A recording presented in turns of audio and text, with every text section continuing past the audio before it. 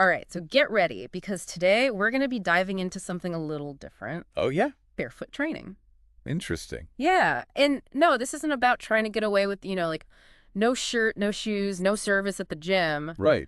We're talking about ditching your shoes for better workouts. Huh. Yeah, like better balance mobility, injury prevention, flexibility, Wow. maybe even strength gains. Really? Yeah, so we've got this article here called Ditching This Piece of Clothing is Better for Your Workouts, say pros. Okay. And it's got all these insights from experts, and we're going to be like unpacking it all and seeing if going barefoot is truly helpful or if it's just hype, you know? Right. So, Yeah, I find it really fascinating that this isn't just like some weird trend, like you see out in the park or something. right. We're seeing like serious fitness professionals, Yeah. podiatrists, trainers, Yeah. even orthopedic surgeons saying that there's like real science behind it. Yeah, it's like we've been walking around with like these sensory superpowers on our feet this whole time. Uh-huh. And just totally ignoring them. Interesting. Yeah, so the article talks about how the nerves on the soles of your feet send like crucial feedback to your nervous system when you train barefoot. Okay. And it's not just about feeling the ground, it's about like your body understanding its position in space, I see. which brings us to balance. Right, precisely that like constant stream of information from your feet is helping you fine-tune your balance by activating those often neglected muscles in your feet and ankles. Huh. But it doesn't stop there. Okay. Think about your core, those deep stabilizing muscles Right. that support your entire body. Mm-hmm. They fire up more readily when you're barefoot because your body has to work harder to maintain stability without the artificial support of shoes. Interesting. It's like a chain reaction of engagement starting from the ground up. So it's not just about wobbly ankles then. No. We're talking about engaging those all-important glutes and core muscles that everyone's obsessed with. Yeah, the article even highlights how like a simple squat can feel radically different barefoot. Oh, wow. Yeah, suddenly you're way more aware of what's happening in your hips, knees, and ankles. It's almost as if you've been training with like a filter on, Uh-huh. and then suddenly the filter's gone. Right. You're feeling all the nuances of the movement, identifying those little hitches or imbalances that you might not have noticed before. Interesting. And this heightened awareness is key, not only for preventing injuries, but also for improving your form and just overall efficiency. Okay, so we've got better balance, a stronger core, and a newfound awareness of our own bodies. Yes. But wait, there's more. Oh. The article quotes Emily Sklitschel, a functional podiatrist, who links barefoot training to get this increased strength potential. Now, this is where it gets really interesting. Okay. Splitschel's argument is that by strengthening those tiny intrinsic foot muscles through barefoot training, Right. you're actually building a more solid foundation for your entire body. And that translates to improved stability during lifts, which allows you to handle more weight safely and effectively. So it's mind-blowing to think that just ditching our shoes could actually unlock new levels of strength. Yeah. I mean, think about like power lifters, hoisting those massive weights. Right. Could they benefit from incorporating some barefoot work into their routine? That's a great question, Yeah, and one worth exploring. totally. And while we're on the topic of like maximizing potential, Yeah. let's not forget about flexibility. Okay, Right. flexibility. How does going barefoot help us like achieve that, yogi-like limberness? Well, think about it this way. Mm. Shoes, by their very nature, they restrict the natural range of motion of your feet. Okay.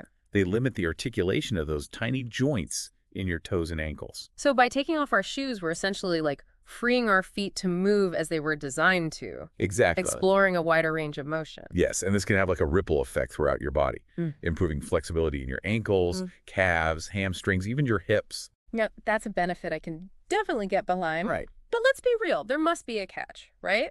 I mean, Right. if going barefoot was like the ultimate fitness hack, wouldn't we all be doing it already? There are always caveats, Okay. and we'll dive into those in a moment. But Yeah. first, let's address another potential perk of barefoot training: Oh, injury prevention. injury prevention music to my ears. Right. Tell me more. So the theory is that by encouraging natural alignment, starting with your feet, Okay. you can improve your posture, reduce back pain, and just move more efficiently overall.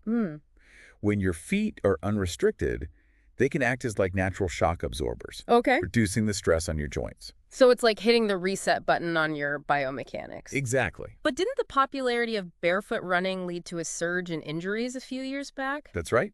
The article mentions podiatrist Gennady Kolodenker, Okay. who saw an influx of patients with stress fractures and other foot problems. Right. After the book Born to Run convinced everyone to ditch their shoes and hit the pavement. Yeah. The problem was that many people went all in all at once Right. without considering the need for gradual adaptation. So it's like anything else in fitness, you can't just go from 0 to 60 without risking a breakdown. Exactly. There's like a smart way to incorporate barefoot training, and then there's the jump in head first and hope for the best approach, Yeah, which, as we've learned, can backfire. definitely. It's about respecting your body's limits and understanding that adaptation takes time.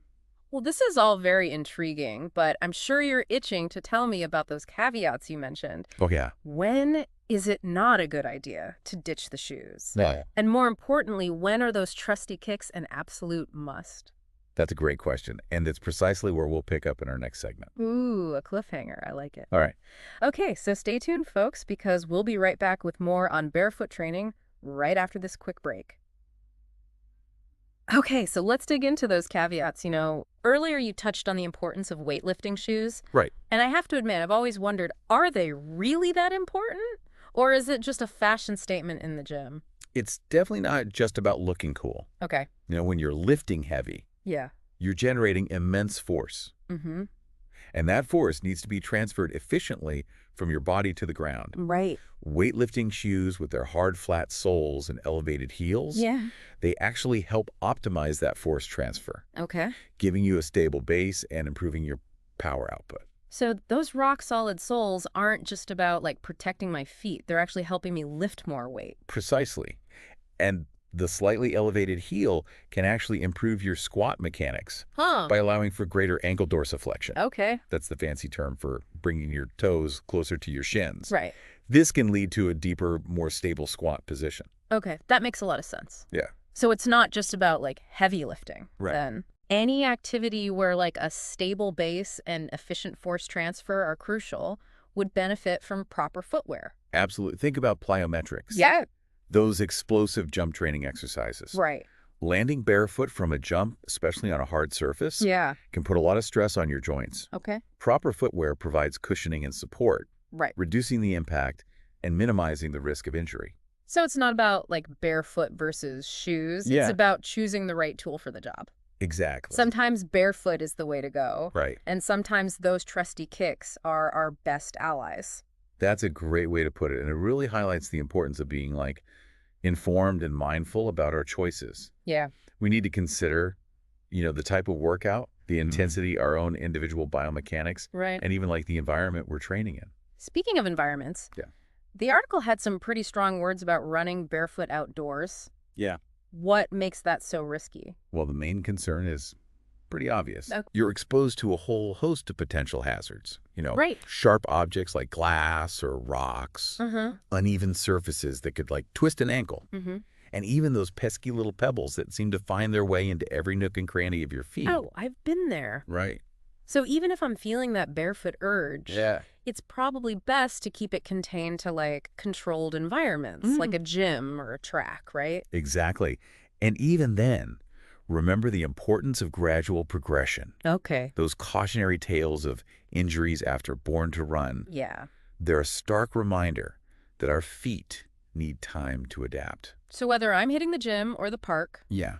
starting slow and listening to my body is key. Mm-hmm. I need to ease into those barefoot workouts, gradually increasing the time and intensity. Exactly. It's about respecting your body's limits Yeah. and understanding that adaptation takes time. Right. And it's worth noting that, individual factors come into play as well. Okay. Someone with flat feet, for instance, Yeah. might need more support than someone with high arches. And if I have any pre-existing foot or ankle issues, a Right. chat with my doctor or a podiatrist is probably a good idea before I ditch my shoes, right? Absolutely. They can assess your individual needs Okay. and provide personalized guidance. Cool. It's all about finding what works best for you. Right.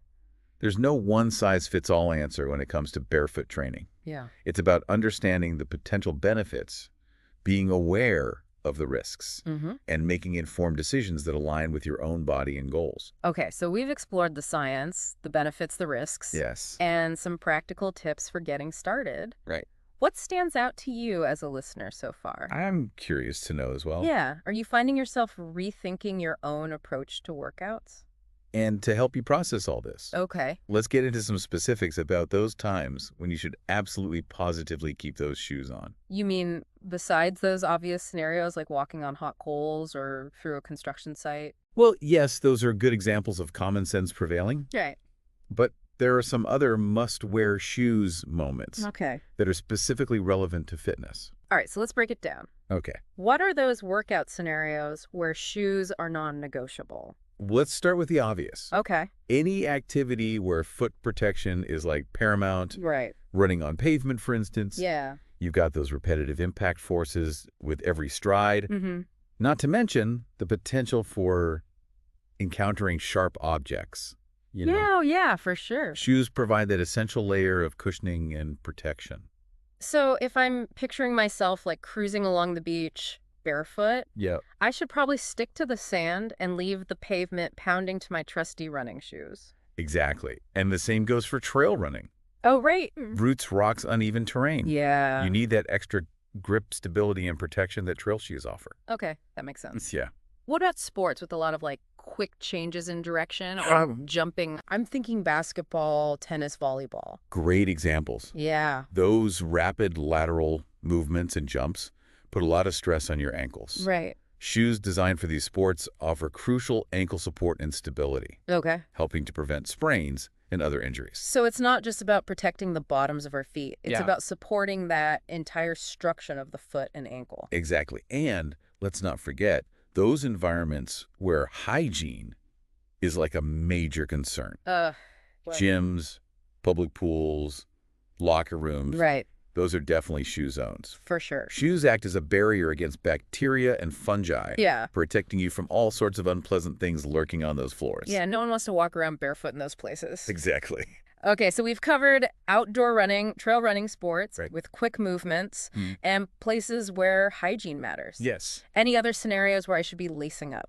Absolutely. If you have any pre-existing foot conditions like plantar fasciitis, that's inflammation of the tissue that runs along the bottom of your foot, Yeah. or bunions. Mm-hmm. Shoes are often necessary to provide the support and cushioning your feet need. Okay. And of course, if you're simply more comfortable wearing shoes, Right. there's no need to force yourself to go barefoot. Yeah. It's all about listening to your body and doing what feels right for you. So to wrap up this deep dive, barefoot training has the potential to unlock a whole range of benefits. Yeah. Improved balance, stability, flexibility, and even strength. Mm-hmm. But it's not a one-size-fits-all solution. Right. And there are definitely times when those shoes are our best friends. Definitely. The key takeaway. Be informed, be mindful, Yeah, and listen to your body. great advice. Yeah, and as we wrap up, I want to leave you with this question. Okay. What aspects of barefoot training pique your curiosity? What experiments might you want to try based on your own fitness routine and goals? Yeah, maybe start by like kicking off your shoes at home and simply paying attention to how it feels to walk around barefoot. Right? Experiment with some basic bodyweight exercises, sans shoes. Yes. See what you discover. Remember, the world of fitness is constantly evolving. Mm, There's always more to learn, more to explore. sure. Stay curious. Keep experimenting and keep those feet moving, Yeah. whether they're bare or shod. That's a great note to end on. Yeah. Well, thanks for joining us on this deep dive into the world of barefoot training. It's been a pleasure. Until next time, keep exploring and keep challenging those assumptions.